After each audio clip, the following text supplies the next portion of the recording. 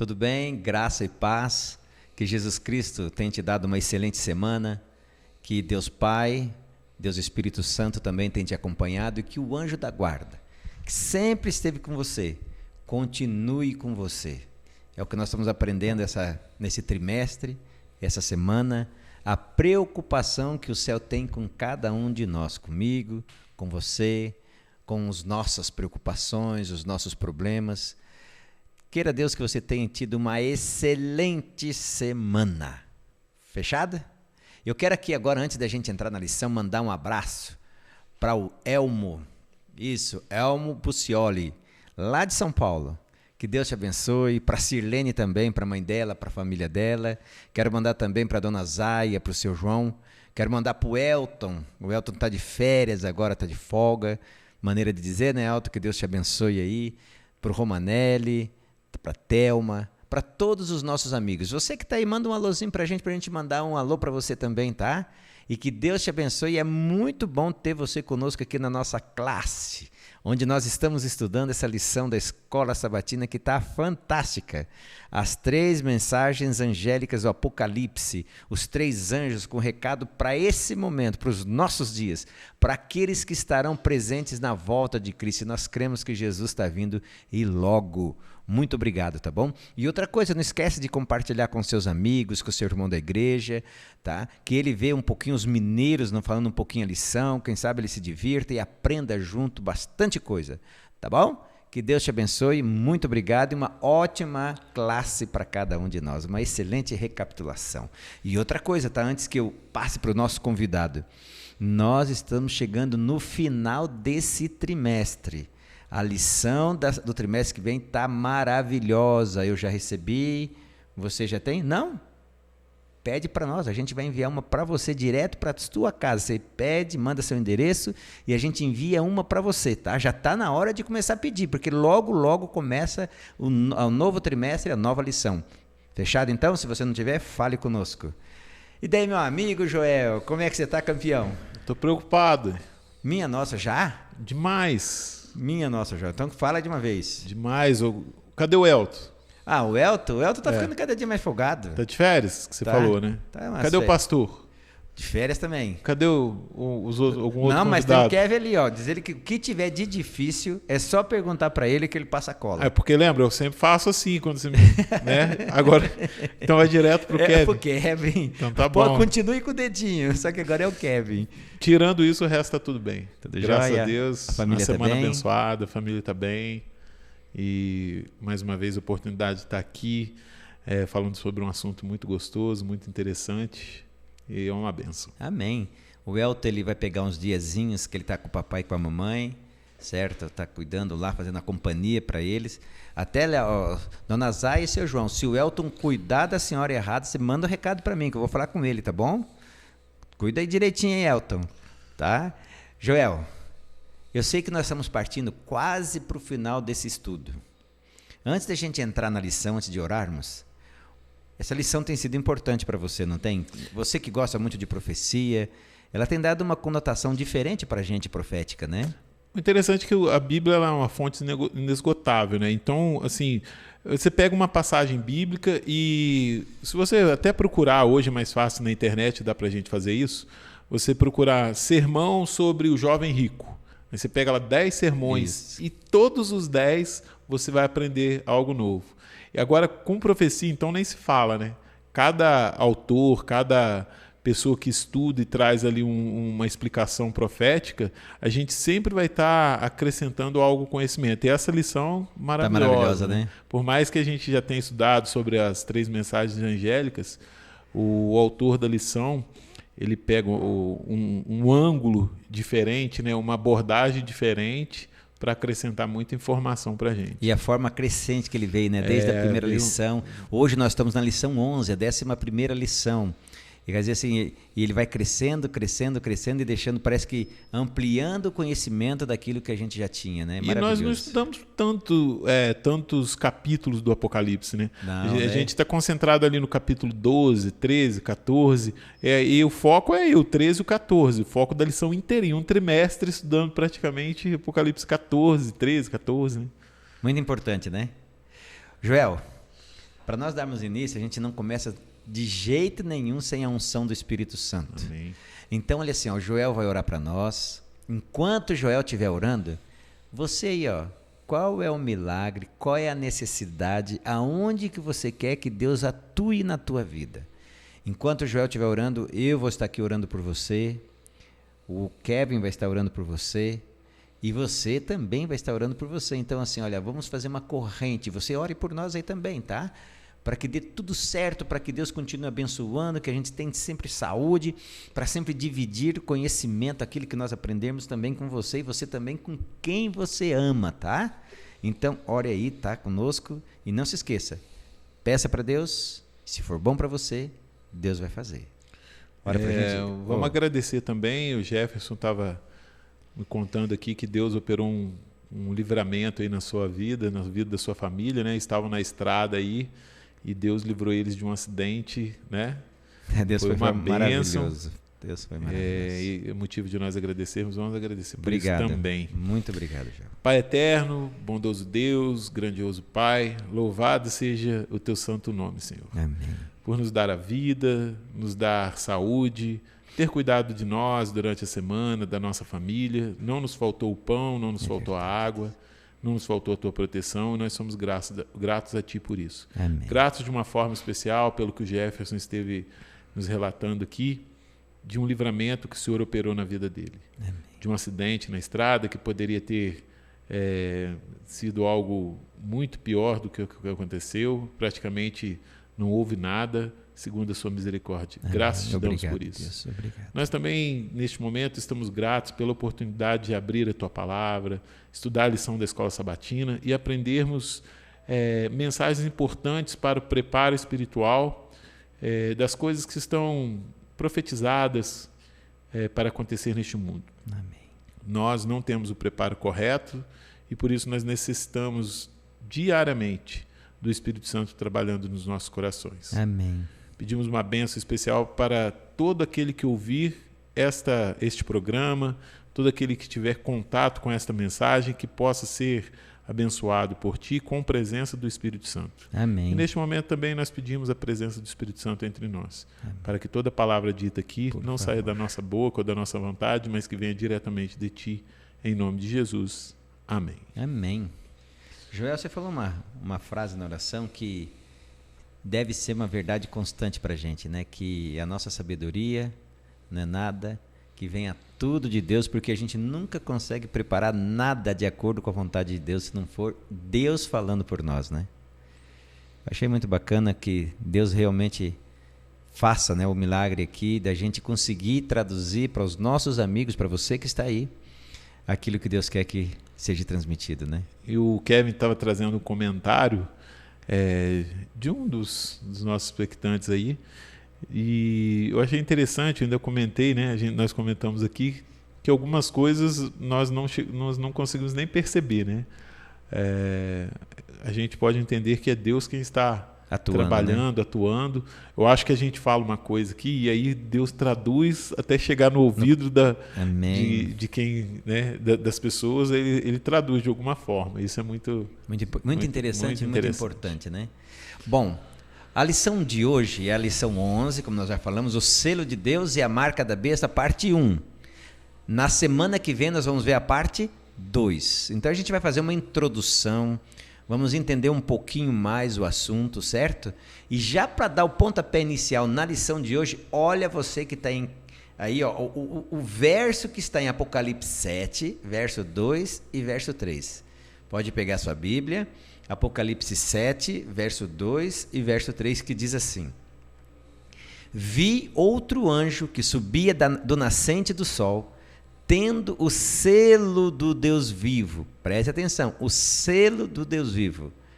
Ele gritou com voz bem forte aos 4 anjos, aqueles que tinham recebido o poder para causar dano à terra, ao mar, dizendo: Não danifiquem nem a terra, nem o mar, nem árvore, até marcarmos com um selo as testas dos servos do nosso Deus. Quando eu vejo isso aqui, já nós entramos nela, A gente fica imaginando assim, né? A Bíblia diz que o sol, ele brilha tanto para os bons como para os maus. Para os maus. Sobre os justos e sobre os injustos. Ou seja, Deus, ele é misericordioso com todos.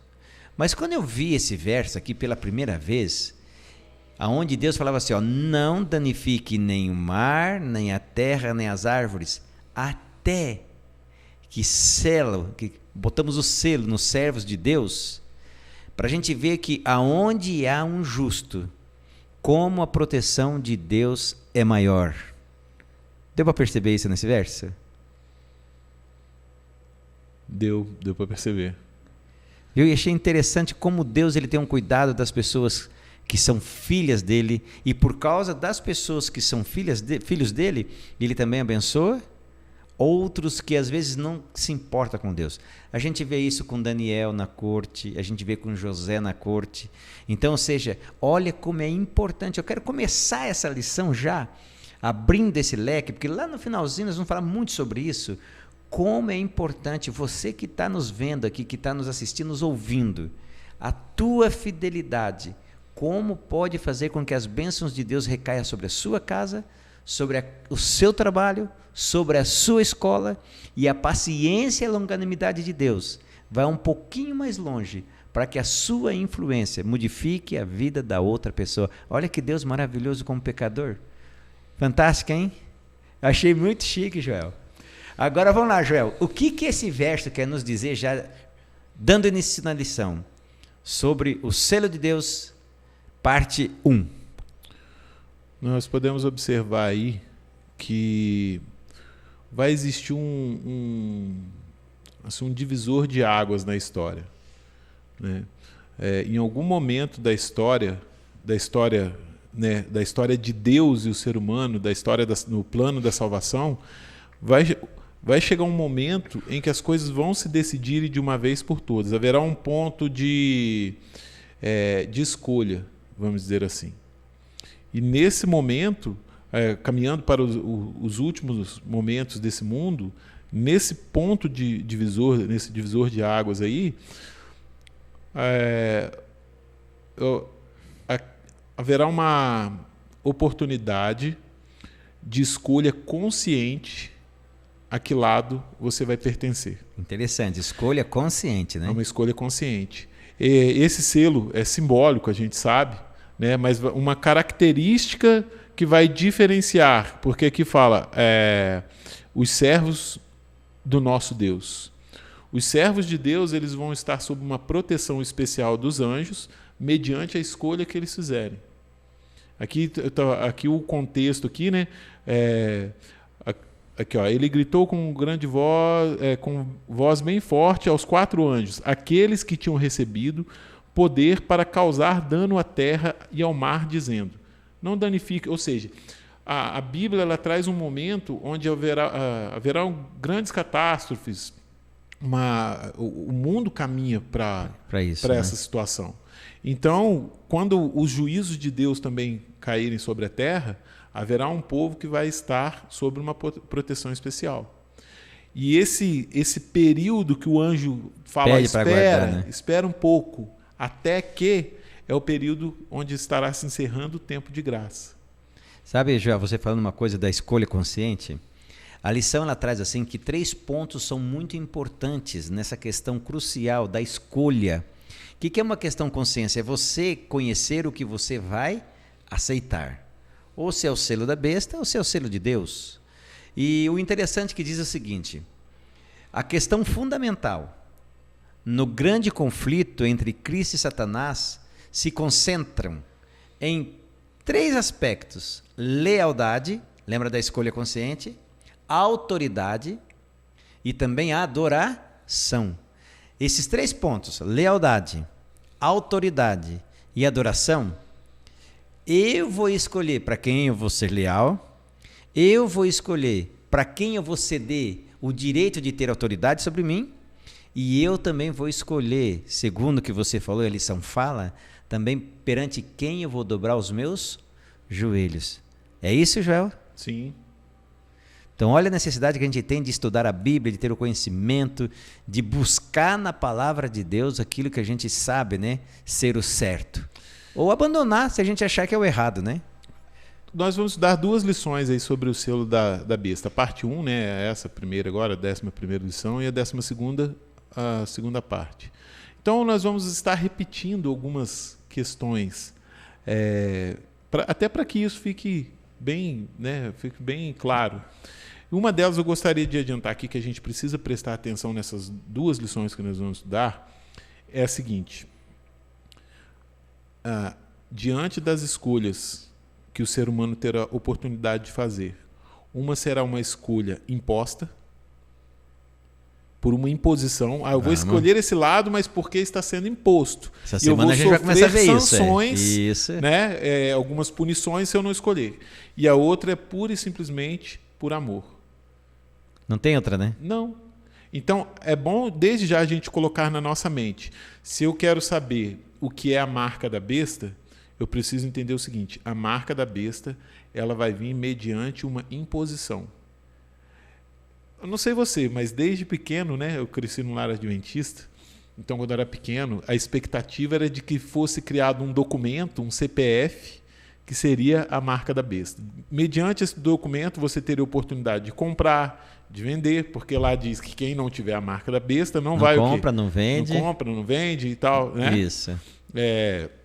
Então, a expectativa era que surgisse um documento unificado ali, né? Até já houve a ideia de se criar um documento só, não precisar de carteira de motorista, de identidade, de CPF, disso, daquilo, um documento só. E muitas pessoas, esse aí vai ser a marca da besta. Alguns dizem por aí, né? Alguns diziam. Depois isso aí mudou. Lembra quando surgiu o código de barras? Lembra, está aí a marca da besta. Aí o código de barras, Imagina você com a marca dessa na testa, isso é chique, hein? Na minha careca. Não, você estava feito. A marca da besta é um código de barras onde... Tá. Aí depois mudou e hoje é o quê? Hoje é um tal de um chip. O tal de um chip. Então, assim, ao longo dos anos vem mudando essa... Para algumas pessoas. Sim, para algumas pessoas. Agora, vamos supor que seja um CPF, um documento unificando todos os seus outros documentos. Qual seria... A gente tem que prestar atenção não no objeto em si, ou seja, documento, mas na razão pelo qual se exige esse documento. Qual é a razão? Por que eu tenho que ter esse documento? O que eu não estou fazendo, ou o que eu estou fazendo para obter ter ou não ter esse documento? E é isso que nós temos que ter em mente. Então, a marca da besta, nós precisamos ter... Nós vamos estudar. Eu já estou adiantando porque a gente vai repetir isso. A marca da besta é algo que será imposto, ao contrário do selo de Deus, que é algo que Deus liberdade de escolha. Liberdade de escolha mediante o quê? Mediante uma conscientização de que aquilo de é o correto, algo, né? que ele ensina. Agora eu vou então existe essa diferença. Um é por amor, o outro é por imposição. Agora eu vou puxar assim, eu sei que você deixou isso aberto, no final você mais ou menos disse. Até na semana que vem a gente vai falar vai sobre haver, assim, que vai haver algum documento, ou chip, ou CPF, alguma coisa pela qual eles vão saber se você pode comprar ou não comprar, vai haver, mas não é esse o marca da besta. Esse é o final para saber se você vai poder comprar ou não comprar. Vai existir para se você está obedecendo, quem que você está obedecendo. Sim. É só isso. Mas hoje a gente vai ver o espírito da marca da besta, ou seja, o que simboliza isso, tanto o selo de Deus com a marca da besta. A gente vai começar a abrir hoje isso, certo? Mas eu quero ir para o espírito de profecia, que tem algo aqui que eu acho muito interessante, Testemunhos para a Igreja, volume 1, página 482. Diz assim: Satanás está constantemente apresentando enganos ao povo escolhido de Deus, a fim de desviar-lhes o espírito da solene obra do preparo para cenas futuras, precisamente diante de nós. Ele é, em todo o sentido da palavra, um enganador. Agora preste atenção, porque a gente às vezes brinca com o pecado. Ele é um enganador, um hábil encantador. Podemos botar encantador de serpente, né? Temos que cuidar. Olha como a Bíblia, olha como o Espírito de Profecia fala de Satanás. A gente tem que saber que ele é um anjo poderoso, não é onisciente, não é onipresente, não é onipotente, mas é perspicaz, sedutor. Joel, na parte de domingo, vem a perseverança inabalável.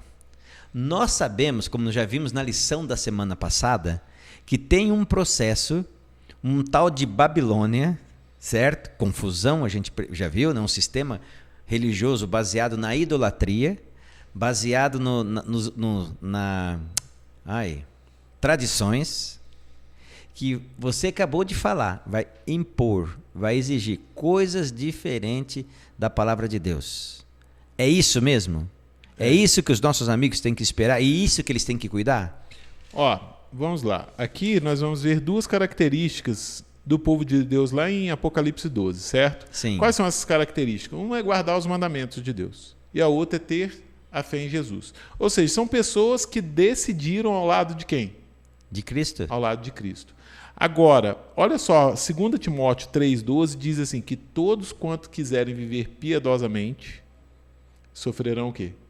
Perseguições. Vai sofrer. Todos que tomarem decisões ao lado de Deus, eles vão sofrer perseguições. Então, essa questão de imposição, ela não é nova. Até Daniel 12, verso 1 diz assim que naquele tempo se levantará Miguel e haverá um tempo de angústia do qual nunca houve. E Miguel vai salvar quem? O povo de Deus. Sim. Ele salvará o seu povo. Desculpa. Então, a Bíblia ela sempre está apontando para situações difíceis para os últimos dias, para o nosso tempo. A lição ela vem trazendo assim, situações proféticas das quais irão acontecer. E qual que é a intenção da lição? Despertar em nós um senso de preparo para essas situações. A gente não pode viver achando que não vai acontecer. A gente pega os exemplos bíblicos. Por que eu estou dizendo que não é novidade? Vamos tirar 2 exemplos lá da Babilônia, certo?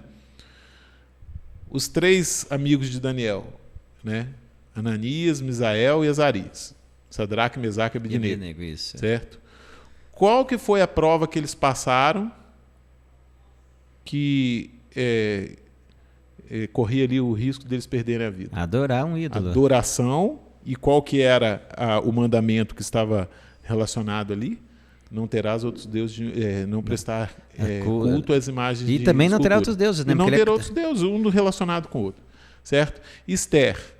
Mesma coisa. Houve um decreto para que os judeus fossem mortos. Qual foi a razão daquele decreto?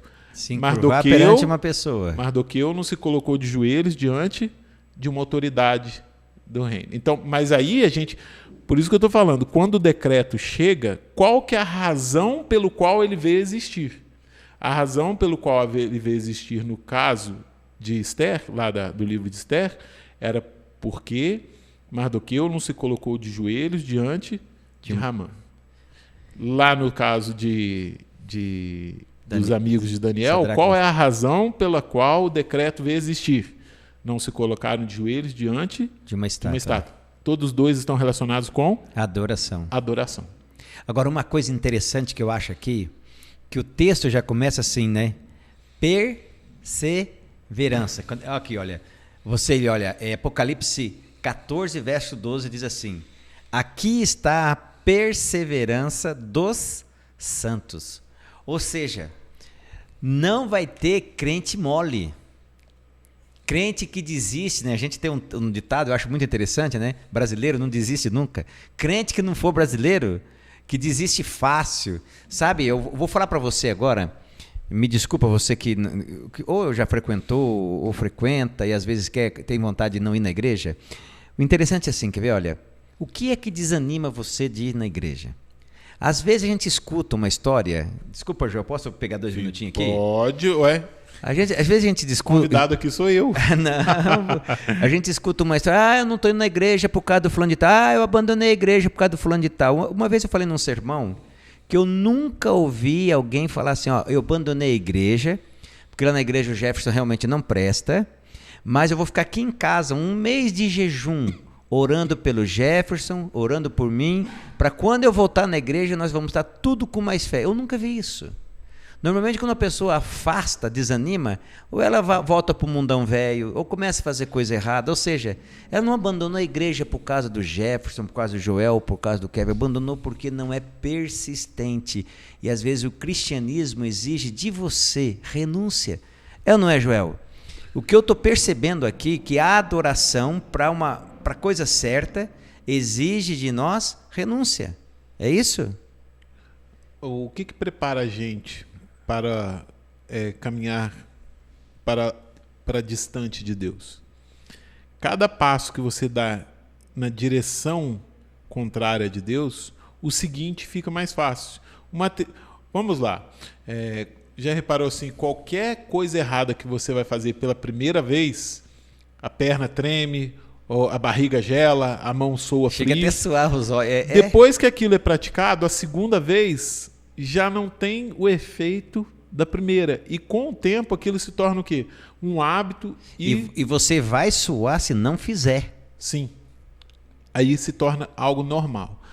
O mesmo vale para os passos na direção de Deus. Como é que a sua fé é fortalecida?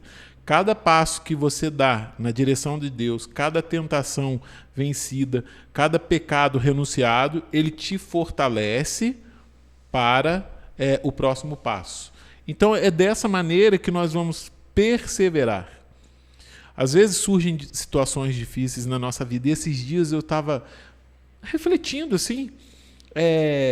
Às vezes a gente lidar com pessoas difíceis na nossa vida. A gente tem contato, a gente às vezes está no mesmo ambiente, às vezes a gente precisa se relacionar com pessoas que são muito difíceis. E essas pessoas às vezes tiram a nossa paciência, a gente fica às vezes irado, com raiva. Isso é natural do ser humano. E eu percebi uma coisa durante um bom tempo que eu tive que lidar com um tipo de situação assim.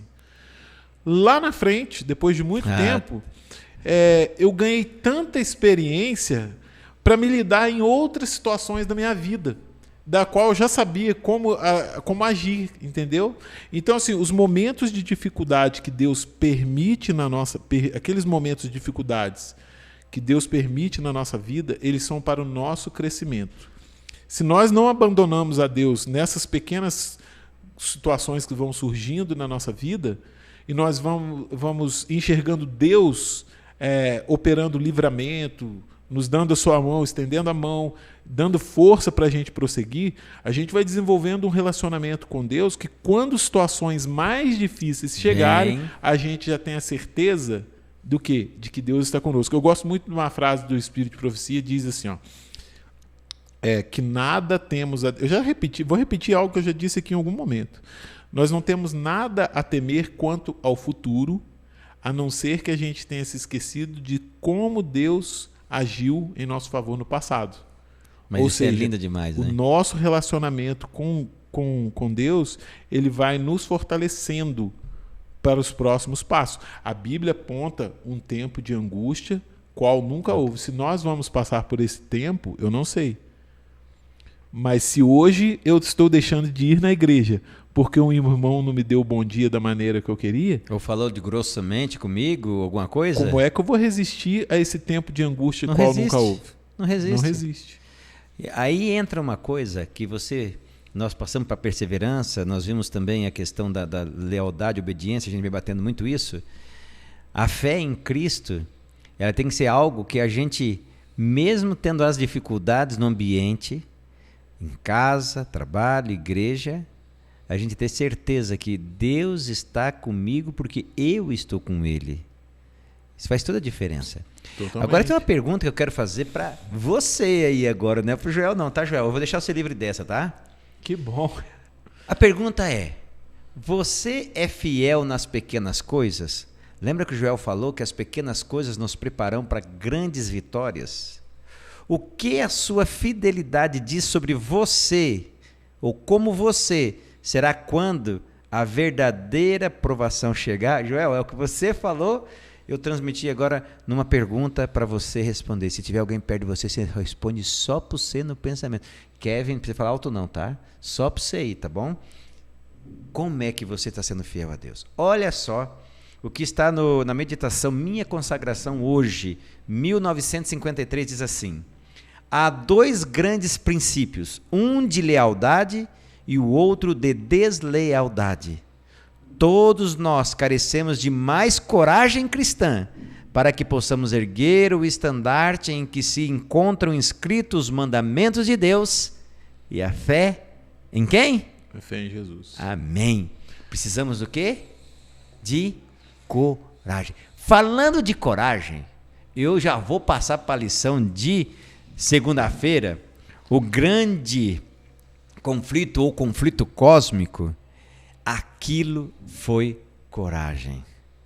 Aqui fala de alguém que me amou tanto, Joel. Amou tanto você, que se entregou na cruz.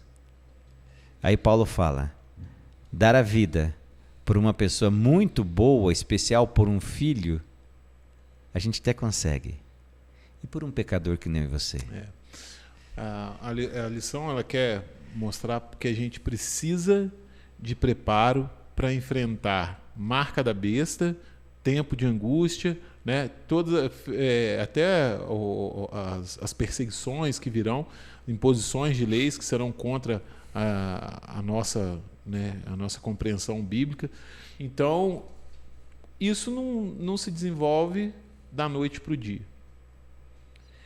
E aí nós começamos a pensar como desenvolver esse tipo de relacionamento, esse tipo de fé, que tipo de fé eu preciso ter. Jesus ele foi o exemplo em todas as coisas, né, para nós. E no aspecto da fé não é diferente. Nós precisamos ter fé em Jesus e ter a fé de Jesus. A fé de Jesus. E aí então vamos olhar para a Bíblia e entender qual é a fé de Jesus, qual que foi o ápice da fé de Cristo. Nossa, a cruz... É lógico que isso está muito distante para nós. A gente não vai entender, mas é ali. Não vai entender. Mas o exemplo está aí. Jesus ele é preso, justamente ou injustamente? Injustamente. Né? A gente vê que os amigos abandonaram, os discípulos fugiram, e Jesus ele tinha um propósito, que era dar sua vida, ele tinha uma missão pela salvação do ser humano. Ele é preso, ele é julgado, ele é condenado, ele é crucificado. E na cruz, o que acontece na cruz?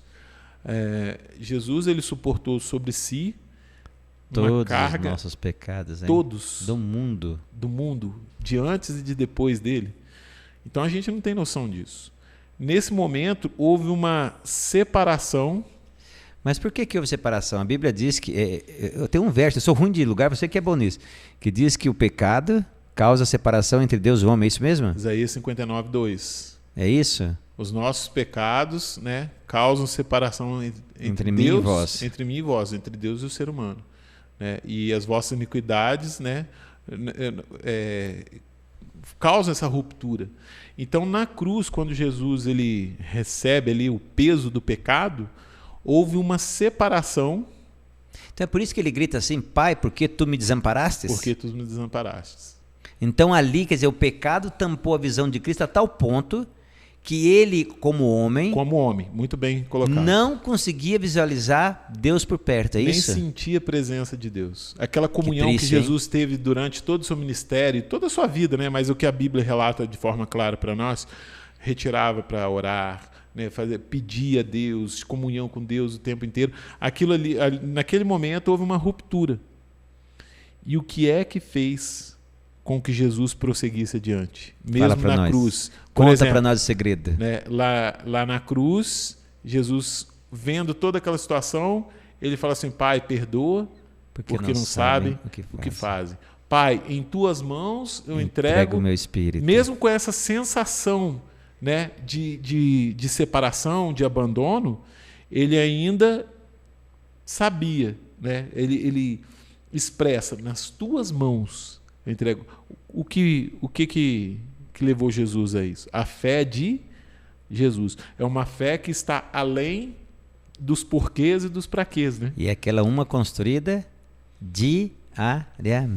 Jesus falou, ó, orai sem cessar, né? Orai para que vocês não caiam em tentação, né? Ensinou jejum, ensinou oração, ensinou comunhão, ensinou examinar as escrituras, porque cuidais ter nela salvação e vida eterna.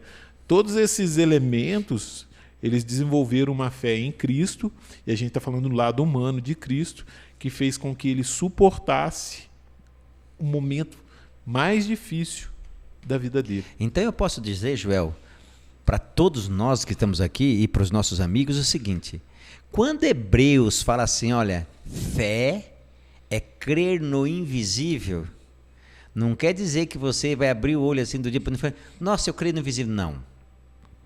Quer dizer fé não é pensamento positivo. Não, isso. Quer dizer que você cultivou a presença de um Deus maravilhoso, um Deus que você aprendeu a amá-lo, e quando os teus olhos cegarem, quando Satanás tentar te enrolar, te enganar, dizendo que nem ele falava para Jesus, você está sozinho agora aqui na cruz, Deus não está aí, mesmo nesse instante, onde você sentir que você não tem mais nada, você vai ver o que você não vê, que é Deus, mas vai dizer assim, fé é eu crer que Deus vai estar no momento em que meus olhos e nem meus sentimentos vê-lo perto de mim, é isso? O desenvolvimento da fé, ele é racional. Eu gosto do Rodrigo Silva, que ele fala que fé não é crendice, né? Até quando ele foi no Jô Soares e falou sobre isso, o Jô Soares falou assim, essa é a maior antifrase que eu já ouvi, quando ele diz que a fé, ela não era... A fé é racional, né? Ou seja, é algo que você constrói a partir de evidências concretas que Deus deixa na na nossa Bíblia, vida, né? Na Bíblia, né? O modo de revelação de Deus é a Bíblia, o outro modo é a natureza, tem a revelação através de Jesus e tem a revelação pessoal que cada um desenvolve com Deus no dia a dia, né? com comunhão. Por exemplo, já viu aquela história do menino que estava dentro do avião e o avião estava passando por turbulência muito grande, todo mundo apavorado ali, e o menino estava lá brincando, tal, tranquilo, todo mundo esperava que uma criança fosse chorar. E aí alguém questionou ele e falou assim, não, tranquilo, meu pai é o piloto. Aí é fácil, né? Ele conhece, ele sabe, ele confia. Né? Por que ele tinha essa confiança? Porque ele conhecia o pai dele. Então, nos momentos de dificuldade, se você não conhece em quem você confia, você não vai confiar. Até o Joel falou hoje aqui no início, né, Joel, já que você falou de piloto, sobre um acidente que nós sofremos no caminho, a caminho de São Paulo, né? Minha filha, Thaline, estava no volante. Então, uma carreta jogou-se para cima do carro, não tinha nada, só tinha a mureta e a carreta. E minha filha segurou firme ali, firme. Venceu. Bateu em nós, bateu na frente, não estourou pneu, não rodopiou porque um anjo estava segurando e a minha filha estava no volante, né? Naquela hora, se a reação nossa que a gente dirige é de falar alguma coisa, né? Mas Deus falou assim, fica quieto. Fiquei quietinho, deixei ela e Deus resolver. E como foi resolvido? E eu quero fazer uma pergunta para ti. Quando tem problemas, quando parece que tudo está desmoronando na tua vida, como está a tua fé? A minha, às vezes, eu vou falar para você, parece que vai acabar, terminar. Parece que eu vou entrar num... Entendeu? Mas não. A minha e a sua fé tem que estar, como o Joel falou aqui, crescendo diariamente com Jesus. E é essa fé de Jesus e em Jesus que vai fazer a gente vencer também cadeia de impiedade. No início você começou a falar, Joel, na parte de segunda-feira, nós vimos um pouquinho a questão da fé, da necessidade, da perseverança, né, que a gente viu, a necessidade, como Cristo venceu, na parte de segunda-feira fala mais sobre como Cristo venceu na cruz. Agora, já trazendo para nós aqui, na parte de terça-feira, vem falando como o sistema, a besta, nós vamos só falar uma vez novamente, a besta, ela é um poder político religioso que vai se transformar, vai ficar cada vez maior. E me parece que esse poder político religioso, no passado, teve uma ferida de morte, não parece? Sim. Assim, vamos lá. Apocalipse 13, 15 a 17, ele vai descrever como que esse poder, né, a autonomia desse poder, de prender, matar, julgar, enfim, criar leis. Já teve no passado assim, já não teve? No passado. Em algum momento, ela perdeu essa força, né? Vamos lá. É muito importante, quando se estuda Apocalipse 13, a gente estudar em paralelo com Daniel 7. Daniel 2 apresenta a estátua. Isso. Aí a estátua ali, ela tem, né, dividida em partes, começando pela cabeça de ouro, que era a Babilônia, aí ali os braços e o peito ali de prata, que era a Medo-Pérsia, depois vai descendo para os quadris, que era a Grécia, depois as pernas, Roma, e os pés, né, divididos ali com barro e ferro, que a gente vai depois ver que característica era essa. Em Daniel 7, a mesma sequência apresentada com figuras diferentes, com animais. Quais eram os animais? Leão, que representava Babilônia, o urso, que representava a Medo-Pérsia, o leopardo, que representava a Grécia, depois um animal terrível, que representava Roma. Tanto na estátua, quando chega nos pés, ela se divide em 10, quanto o animal terrível tinha 10 cabeças, 10 chifres, né? 7 cabeças e 10 chifres, se eu não me engano. Mas tinham 10 chifres ali. Novamente, uma característica é apresentada. Lá em Apocalipse 13, quando inicia o capítulo 1, Daniel está no seu tempo, olhando para o futuro. Ele vê o leão, ele vê o urso, ele vê o leopardo e um animal terrível. João está no seu tempo, olhando para trás. Ele vê um animal, uma besta que surge do mar, e essa besta, qual que era a aparência dela? Uma parte dela era de leopardo, a outra parte de urso, a outra parte de leão. Ou seja, o momento que João vivia era o momento que estava surgindo o poder profetizado por Daniel. Daniel enxergou do seu tempo para o futuro, e a Bíblia está dando uma explicação. Neste momento, você está olhando de forma inversa. Aquela sequência apresentada, ela está aqui. Essa besta, ela surge. Lá em Daniel, ele teve uma curiosidade a respeito dos chifres, que um desses chifres, ele se destacou. E esse chifre, ele fez guerra aos santos do Altíssimo. Quando nós estamos no tempo de João, essa besta surge do mar, ela faz guerra aos santos do Altíssimo também. E durante um período ela teria autonomia total, que era lá de 42 meses, 1.260 dias, um tempo, 2 tempos, metade de um tempo. Todos esses períodos são o mesmo. Que em profecia a gente já falou aí algumas lições para trás aí. 1.260 anos. Depois desses 1.260 anos, há a ferida de morte, né? Agora a gente precisa traduzir isso aqui. 538, já depois do Império Romano, né, ter caído, surge um outro aspecto romano, que era a Roma papal. E o Papa, ele assume 2 funções, a religiosa e agora, em 538, a política. E esse poder político-religioso, ele durou de 538 a 1798. O que aconteceu em 1798? Em 1798, o Papa foi preso por um dos generais de Napoleão, o general Berthier, levou o Papa preso, e esse poder, então, foi quebrado. Ali é a ferida de morte. João vê uma das cabeças ferida como uma ferida de morte. Mas o que aconteceu com essa ferida? Ela sarou, né? Está no processo de cura. Né? Está no processo de cura. É interessante, na lição que vem nós vamos tocar de novo nesse assunto, mas eu quis abrir para a gente entender a lição de terça-feira, de que esse poder que o Joel muito bem explanou para nós, ele no passado perseguiu, matou, impôs leis, impôs adoração. E a Bíblia mostra agora João, né, olhando o futuro. Ali ele viu o passado, agora ele vê o futuro e diz que no futuro o mesmo poder juntamente com outro poder que vai vir agora, que a gente crê que é dos Estados Unidos. Os dois vão se unir e vai voltar novamente, Joel, a fazer as mesmas formas de governança. Imposição, novo tipo de adoração, e ai daquele que não fizer, né? Eu acho interessante porque assim, o Apocalipse ele trabalha com símbolos. E quando se fala besta, a gente tem assim, a marca da besta, parece algo monstruoso. Mas quando a gente traduz, besta é um poder. O que Apocalipse 13:1 está falando? Vamos lá, traduzindo aqui os símbolos. 13:1. Vi emergir, aí o mar a gente pode entender como nações. Vi emergir entre as nações um poder que tinha 10 chifres, ou seja, braços ali, entre aspas, que ajudariam.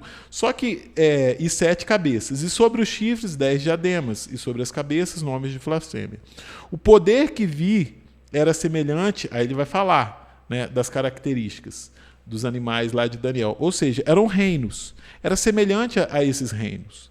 Esses reinos, eles tinham o quê? Todos eles? Autonomia, poder sobre as nações, dominavam as nações. Cada um, em sua época, foi um reino de destaque. Então, esse poder era semelhante a esses. Semelhante à Babilônia, que oprimiu o povo de Deus e teve ali um grande destaque no mundo da sua época. Medo-Pérsia, Grécia. Coisa. É só olhar para a história. Então, assim, a besta você pode traduzir por poder. Vi surgir um poder entre as nações. Esse poder, o que ele faria? Ele vem dizendo. Aí, quando a gente chega aqui no verso 6, diz o quê? Se você for lá em Daniel 7 e analisar o chifre pequeno lá, esse mesmo poder. Ele abriu a boca em blasfêmia contra Deus, para lhe difamar o nome e difamar o tabernáculo, a saber, os que habitam no céu. Foi-lhe dado também que pelejasse contra os santos e os vencesses. Deu-se-lhe ainda autoridade sobre cada tribo, povo, língua e nação. E aí vai falar que esse poder depois durou aí 1260 anos também. Então, é um poder, besta é um poder. A gente esquece essa figura, besta, monstro, esquece isso. Um poder que surgiu entre as nações, que blasfemaria contra Deus e faria o que mais? Perseguiria os santos do Altíssimo, o povo que levantou o estandarte da verdade. Quando Adão e Eva, eles pecaram, eles pegaram o domínio que eles tinham e passaram para Satanás. A tal ponto que quando Satanás foi tentar Jesus, na última tentação, ele foi tão atrevido que ele disse, tudo isso eu te dou se simplesmente me adorares. Centro, adoração. Não podemos perder isso. Certo. Agora, sabe, Joel, quando a gente vai para a lição de quarta-feira, a gente vai ver que a mesma coisa que Satanás quis dar para Jesus, que é o poder. Olha, para que você vai morrer? Preste atenção, você que está aí nos vendo, olha, para que você vai sofrer? Para que você vai morrer? Para que isso? É só você fazer assim, ó, nem precisa ajoelhar, só faz assim, ó, só assim com a cabeça. Balança a cabeça. Finge que vai amarrar o sapato. É, isso. Finge que você vai amarrar o sapato. Bem lembrado, Joel, que eu te dou tudo de graça. Só que aqui diz que o poder que a besta vem de alguém. Aqui eu falei de Satanás tentando dar o poder para quem? Para Jesus. Quem é que dá esse poder para a besta?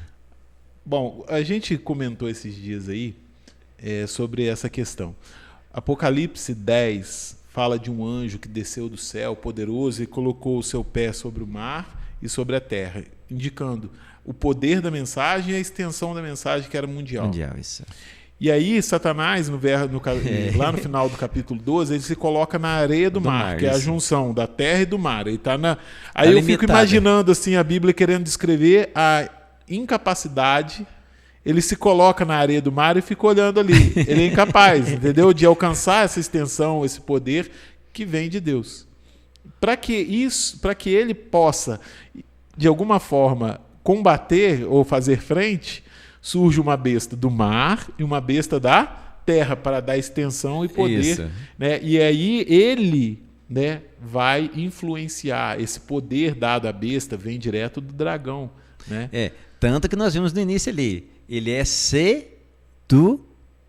Sedutor, sim. Ou seja, o próprio Apocalipse diz que ele vai diante dos reis da terra, convencê-los, seduzi-los, para que eles passem autoridade para quem? Para a besta. E é algo tão demoníaco que todo esse sistema que foi criado, ele é criado para agir em nome de quem? De Deus. Em nome de Deus. A gente estava falando que a gente sempre aprende com as lições. Assim, a gente faz ano bíblico, mas alguns versículos às vezes são destacados muito depois, né? A gente não vê na hora. E eu até coloquei aqui, ó, na minha lição, escrevi do lado que eu nunca tinha prestado atenção nesse verso.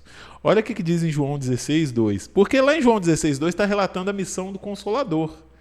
E aí, olha que verso, 16, verso 2. Ó. Eles vos expulsarão das sinagogas, mas vem a hora em que todo o que vos matar julgará com isso tributar culto a Deus. Olha que impressionante.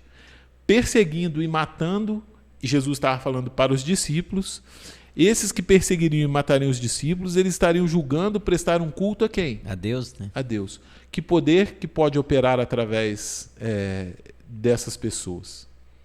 Deus não é. Vem de Deus? Não, não Deus pode não é. vir de Deus. Isso nunca foi, né, plano de Deus. Nunca. Isso só para a gente ter ideia. A gente gosta de levantar alguns pontos. Sei que a lição ela abrange mais, né? O Joel já deu para a gente já uma palhinha da questão profética da lição. Mas olha só que coisa interessante. Satanás, ele se acha poderoso. Mas uma coisa que a gente tem que ter, assim, bastante na cabeça, assim, bastante vivo na cabeça, é uma frase que está lá no livro, deixa eu lembrar aquele, Profetas e Reis. Não. Desejado de Todas as Nações. Volume, página, capítulo 5. Quase no finalzinho dele diz o seguinte: a mais débil criatura de Deus, de joelho, com a mão no infinito, a mais débil, ela jamais será vencida por Satanás. Ou seja, Satanás ele é sedutor daqueles que gostam de ser seduzidos, né? Se eu me deixar, o que vai acontecer? Eu serei um dos seduzidos, porque a Bíblia diz que, se possível fosse, seduziria ou enganaria até os escolhidos. Ô Jefferson, a gente precisa de uma comunhão com Deus. A Bíblia dá os exemplos, sempre. A gente precisa de uma comunhão com Deus a ponto de... O que Jesus falou? As minhas ovelhas ouvirão o quê? A minha voz.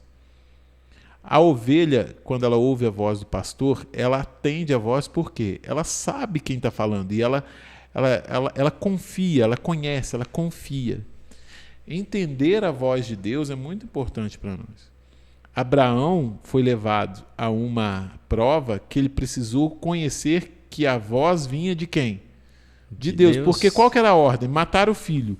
E naquela época, matar um filho em sacrifício era algo que era costume de quem? Pagão. Das nações pagãs. Mas a comunhão que Abraão tinha com Deus, ele sabia que quem estava falando era Deus. Apesar de estar pedindo algo muito estranho para ele. Então, esse tipo de relacionamento que a gente precisa desenvolver. Porque esse poder, ele é um poder que vai tomar o lugar de Deus. Leiam Daniel 7, capítulo 7 inteiro. Ele cuidará em mudar os tempos e a lei. Né? Vai jogar a verdade por terra. Mas não é simplesmente jogar a verdade por terra. É colocar uma contrafação no lugar da verdade.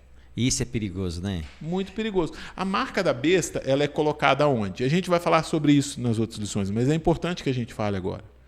A marca da besta, ela é o motivo pelo qual haverá perseguições, imposições, ele está relacionado à adoração, certo? Ele é colocado aonde? Toda vez que eu leio esse versículo em Apocalipse 14, em Apocalipse 13, que a marca é colocada sobre a fronte e a mão. Quando você ouve isso, não sei, vou te fazer uma pergunta aqui, eu estou falando que é comigo e que isso acontece, não sei se acontece com você. Quando você ouve falar que vai ser colocado sobre a testa e sobre a mão, qual versículo bíblico, qual passagem bíblica te remete? Na hora, a primeira coisa que eu lembro é de Êxodo 20, verso 8. Primeira coisa que eu lembro. Me remete ao Antigo Testamento. Primeira coisa. A primeira passagem que vem na minha mente é Deuteronômio. Olha só o que diz em Deuteronômio. Então, é só para a gente ver que a marca da besta ela é uma contrafação. A adoração o que o inimigo sempre quis? Ser adorado. Então, desviar a adoração de Deus é algo que ele luta constantemente para que a gente faça. E adora quem? De forma consciente ou inconsciente? A ele. Deixando de adorar a Deus. Agora, olha só Deuteronômio. O capítulo 5 de Deuteronômio, isso aqui é o contexto do capítulo 6. O capítulo 5 é a repetição dos 10 mandamentos. Que é onde, justamente o que você falou em Êxodo 20. Em Deuteronômio 5, os 10 mandamentos são repetidos. Quando se inicia o capítulo 6, inicia assim, ó. Estes, pois, são os mandamentos, os estatutos e os juízos que mandou o Senhor teu Deus que te ensinasse. Então, tudo que foi repetido no capítulo 5, Moisés fala, ó, esses mandamentos Deus pediu para mim ensinar a vocês. Aí, quando chega no versículo 7, diz assim, ó, tu as inculcarás a teus filhos e delas falarás, assentado em tua casa, andando pelo caminho e ao deitar-se ou levantar-se. Está falando do quê? Dos mandamentos de Deus. Estatutos e juízos. Mandamentos, estatutos e juízos de Deus. E aí ele fala, também as atarás como sinal na tua mão e serão por frontal entre os teus olhos, na testa e na mão. E quando eu leio Apocalipse dizendo que a marca da besta vem sobre a testa e sobre a mão, eu sou remetido imediatamente a essa passagem que fala sobre os 10 mandamentos. Então essa contrafação de adoração à besta, vão adorar a besta quem? Todos da terra. Ela está relacionada diretamente com a adoração a Deus e com os mandamentos de Deus. Isso me leva lá, porque assim, eu lembro que desde menino estudando com o pai, com o tio Targino, né? Eles mostrando a importância da obediência dos 10 mandamentos, mas ele fala assim, olha, dos 10 mandamentos, o sábado vai ser aquele que vai exigir de você plena consciência para deixar de trabalhar, sim, ou para ganhar. Uhum. Ou seja, é uma adoração que você tem que ter, que ela vai dizer para você assim, se eu deixar de adorar, eu vou ser aceito. Mas se eu adorar, eu vou ser rejeitado aqui. E tem mais uma característica do sábado, retira quem de imediatamente. A gente vai ver isso na semana que vem, se eu não me engano. Você tira o Criador da jogada. Aquele que nós adoramos como Criador, com a retirada do sábado, ele é retirado. Tira tudo, né? Da jogada. E o mais interessante que eu acho, assim, agora já indo para a lição de quarta-feira, emendando com a de quinta-feira, que você lembra que essa questão da adoração, essa questão de quem vai ser minha autoridade, que nós vimos bem no início, né? Autoridade, quem é que eu vou adorar, certo? Quem sempre leva o prejuízo aqui na terra, já prestou atenção? Que são aqueles que são fiéis a Deus. No Apocalipse diz que a mulher, ela é perseguida, só que ela é recolhida. Mas ele tenta pegar o filho da mulher. Só que o filho da mulher, a mulher vai para o deserto, né? O filho da mulher que é recolhido, que é Jesus Cristo. Sim. Aí, só que daí, verdade. O pepino fica para quem? Porque se alguém não pode bater em você e pode bater no seu filho para se vingar de você, é o que ele vai fazer. Vai. O filho foi recolhido. Tá certo que ele apanhou, foi na cruz, morreu, tudo isso tá certo. Ressuscitou. E foi pro céu. Quem é que ficou aqui? Seus seguidores. Aqueles que seguem o Cordeiro. Para você ver como você e eu, se nós seguimos a Jesus, somos alvos do diabo, mas não devemos ficar tristes por isso. Porque o diabo está com os dias contados. Nós não, né, Joel? O primeiro ser humano que foi... Bom, o Amin Rodor disse algo interessante uma vez, que existem 3 maneiras de nós virmos ao mundo. Do ser humano vir ao mundo, né? Um é pela criação. Somente Adão veio pela criação, né? Adão e Eva. Outra é pela encarnação. Somente Jesus veio pela encarnação. E outros pela procriação, que somos nós. Isso. O primeiro ser humano procriado, nascido nesse mundo, ele foi um assassino. Já de cara, hein? E assassino do quê? Qual foi o motivo de assassinar? Também. Perseguição o quê? Adorador, verdadeiro adorador perseguição religiosa, adoração a Deus. Abel adorou segundo o que Deus havia estabelecido. Caim adorou de que forma? De uma forma, dele, né? E a gente pode entender que Caim foi ali sofreu uma influência do inimigo para não adorar segundo o que Deus havia estabelecido. Então eu posso traduzir o que a lição traz também, que é Mateus 10, 22, que diz assim: todos odiarão você por causa do meu nome. Aquele, porém, que ficar firme até o fim, esse será salvo. A Bíblia está recheada desses versículos. Olha lá nas 7 igrejas do Apocalipse. Ser fiel até a morte. Ser fiel é só, né, aquele que perseverar até o fim, ser fiel até a morte, dar-te a coroa da vida.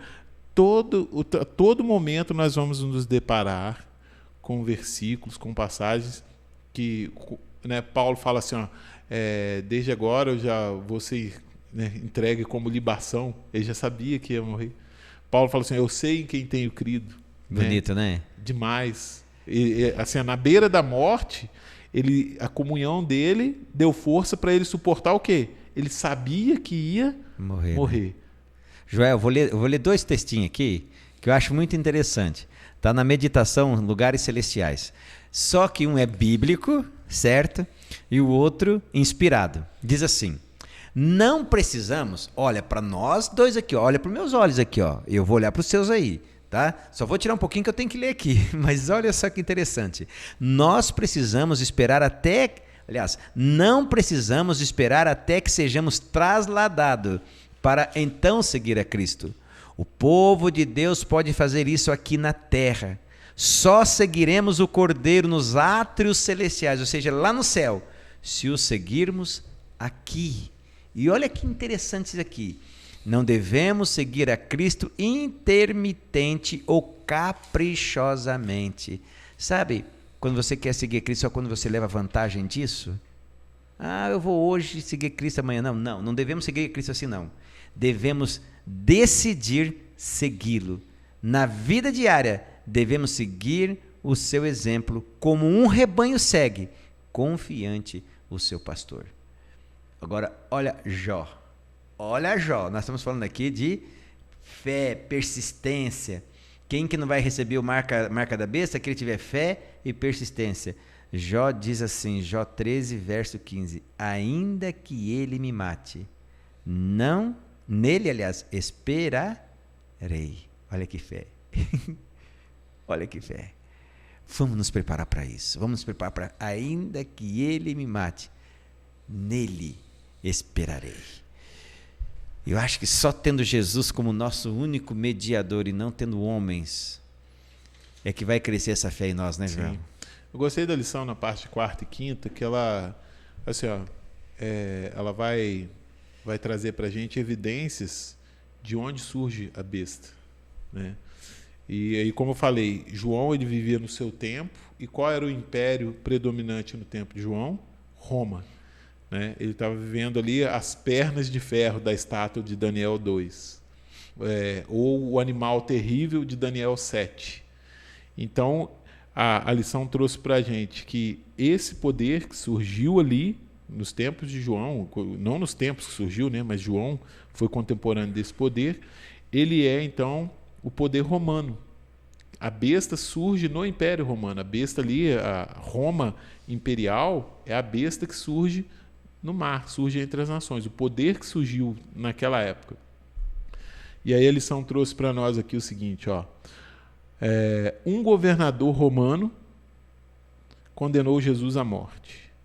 Um carrasco romano o pregou na cruz. Um soldado romano perfurou com uma lança, e soldados romanos vigiaram o túmulo, certo? Então, a besta ela surge no Império Romano e depois ela assume uma outra característica que a gente já falou, que foi a característica religiosa. E aí a gente entra na parte de quinta-feira aí, que agora é com você. Eu, hein? Vai lá, olha que texto bonito aqui em Apocalipse 13, verso 4 e 5. Joel diz assim, adorarão o dragão que deu à besta o seu poder. Adorarão a besta, dizendo: quem é semelhante à besta?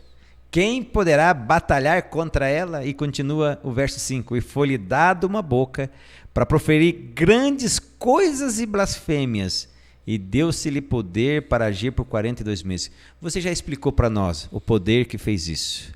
Agora, de forma mais sucinta, quando a gente fala assim, quem pode ser semelhante à besta? Quem poderá batalhar contra ela? Eu entendo esse texto como se esse poder da besta se achasse maior ou de igual tamanho a Deus, que desafia Deus. Tu tem capacidade de vir me desafiar? É isso que o texto está dizendo? E também está colocando a gente numa posição de dependência de Deus, né? Porque nós não temos capacidade de lutar contra a besta e o dragão, né? Eu acho interessante aí, a gente precisa deixar claro agora aqui o seguinte: adoraram o dragão porque deu autoridade. No verso 5, foi-lhe dado uma boca que proferia arrogâncias e blasfêmia. Para que a gente possa identificar de uma forma mais clara essa questão de blasfêmia. Biblicamente, o que seria blasfêmia? Eu acho interessante que a Bíblia não deixa sem resposta, dúvida. Não. Vamos lá em Lucas 5,18. O que está acontecendo lá em Lucas 5,18? Um paralítico é levado na presença de Jesus, e aí Jesus, ele vai, ao invés de curar o paralítico, o que ele faz? Perdoados estão seus Perdoar pecados. os pecados. É interessante que a teologia, nessa passagem aqui, a teologia dos fariseus, Jesus não questionou. Qual que era a teologia dos fariseus? Que é a teologia bíblica. Somente quem pode perdoar pecados. Porque eles falaram, ele está blasfemando. Por quê? Por que ele estava blasfemando? Porque ele estava perdoando pecados. E segundo a teologia bíblica, somente quem poderia perdoar os pecados? Só Deus. E aí Jesus fala, para que vocês saibam que o Filho do Homem tem poder para perdoar os pecados, levanta-te. Anda aí, homem, anda ligeiro. Pula aí. Por quê? Os fariseus acreditavam que o pecado causava a doença. Então, ao Jesus restaurar o homem da doença, automaticamente ele estava o quê? Perdoando os pecados. Então, na Bíblia, quem é que pode perdoar pecados? Olha, Deus, mas aqui está errado. Então, olha só aqui, ó. Eu tenho um artigo de Loucis Ferraris, que é na Biblioteca Católica, da Prompta Biblioteca, artigo 2, volume 6, página 25 e 29, de 1763, diz assim: o Papa é tão honrado e tão exaltado que não é um mero homem, mas é como se fosse Deus na terra. Mas se ele fosse Deus na terra, ele pode perdoar pecado, não é isso? Também. E agora, olha só, outra questão de blasfêmia na Bíblia, está lá em João 10:33. Olha que interessante também, que a Bíblia, mostrando que a Bíblia não nos deixa dúvidas. Olha aqui, ó. João 10:33. Diz assim, ó: responderam-lhe os judeus: não é por obra boa que te apedrejamos, e sim por causa da blasfêmia, pois sendo tu homem, te fazes a ti mesmo Deus. Ou seja, na Bíblia, blasfêmia aqui está bem claro para a gente. Um ser humano perdoar pecados, ele está se colocando no lugar de Deus. Isso é blasfêmia. Outra questão, um ser humano se colocar no lugar de Deus, se dizer Deus, tomar essa prerrogativa para ele, também é blasfêmia. Agora, esse poder que surgiria, ele abriria a boca em blasfêmia, arrogância e blasfêmia, fazendo o quê? Abriria a boca em arrogância e blasfêmia. Mas espera aí, então. Nova York, Benziger, 1903, Enciclopédia de Letters, diz assim: o Papa Leão VIII gabou-se. Nós, os papas, assumimos na terra o lugar do Deus Todo-Poderoso. E aí? Blasfêmia. Né? Quem, então, é Deus e quem pode ser o único mediador nosso? Jesus Cristo. Amém. Eu quero pegar aqui uma frase, até eu li ela agora há pouquinho aqui, eu quero encerrar com ela, que está em Jó 13, verso 15. Ainda que ele me mate, nele esperarei. Sabe, o que nós estamos fazendo aqui, eu e Joel, é pegarmos a lição, o que nós já aprendemos, graças a Deus, né, com os nossos pais, nossos pastores, professores, nossa igreja, o que a Bíblia nos ensina, o que nós encontramos também nos escritos inspirados, e de uma forma, né, mais leve, né, mais tranquila, Joel, passar para eles, passar para nós, para o nosso entendimento, como Deus anseia nos salvar. Deus já abriu a cortina do tempo, já mostrou para mim, para você, para nós, tudo o que aconteceu. Nada disso, um homem se tornando, se achando Deus, mudando, vai mudar nada disso. Deus não foi pego de surpresa, nem eu e você precisamos ser pegos de surpresa, Joel. E Deus, ele nos mostra isso para dizer o seguinte: filho, vai chegar um tempo em que o meu nome vai lhe causar dor, mas é uma dor que tem tempo contado. Chegará um tempo em que você me abandonar vai te trazer lucro. Aí você vai ter que escolher entre ter prejuízo na terra e glória, ou então ter glória na terra e prejuízos eternos. Aí eu vejo Jó: ainda que ele me mate, nele confiarei. Sabe que o Deus Todo-Poderoso, que Jesus Cristo, que deu sangue na cruz, que o Espírito Santo que fala com você 24 horas por dia, que ele possa entrar na tua vida, na minha vida, na vida do Joel, na vida do Kevin, e possa fazer de mim e de você pessoas cada vez mais firmes, mais perseverantes. Amém. Que tenhamos, como o Joel ressaltou bem aqui, a fé de Jesus e a fé em Jesus. E assim nós um dia seremos salvos e teremos o caráter de Cristo. Quando nós tivermos o caráter de Cristo, nós estaremos prontos para receber de Cristo a marca dele, porque eu e você seremos semelhantes a ele. Vamos orar? Querido Papai do céu, muito obrigado por essa lição maravilhosa, que mostra que teremos, na realidade, uma escolha, duas opções, mas uma escolha. Ou seguir a Deus com o selo de Deus, ou seguir tradições, seguir homens com o selo da besta. Ou vamos receber o poder de Deus, ou o poder que a besta tem, dada pelo diabo, pelo dragão. Que nós possamos, ó Deus, escolher a Ti como nosso único Deus verdadeiro. Que possamos ter a fé de Jó, mesmo mediante a morte. Não importa, seguiremos firme até Jesus voltar. Dá-nos essa ousadia, tire de nós toda a covardia e que possamos abandonar tudo que nos separe de Ti. Nós rogamos isso em nome de Jesus Cristo. Amém. Muito obrigado por você ter estado conosco nessa lição. Tomara que você tenha aprendido alguma coisinha. Se você não aprendeu, fala para nós, melhor aí. Mas a gente dá o máximo aqui para deixar a lição de uma forma bem palpável para você.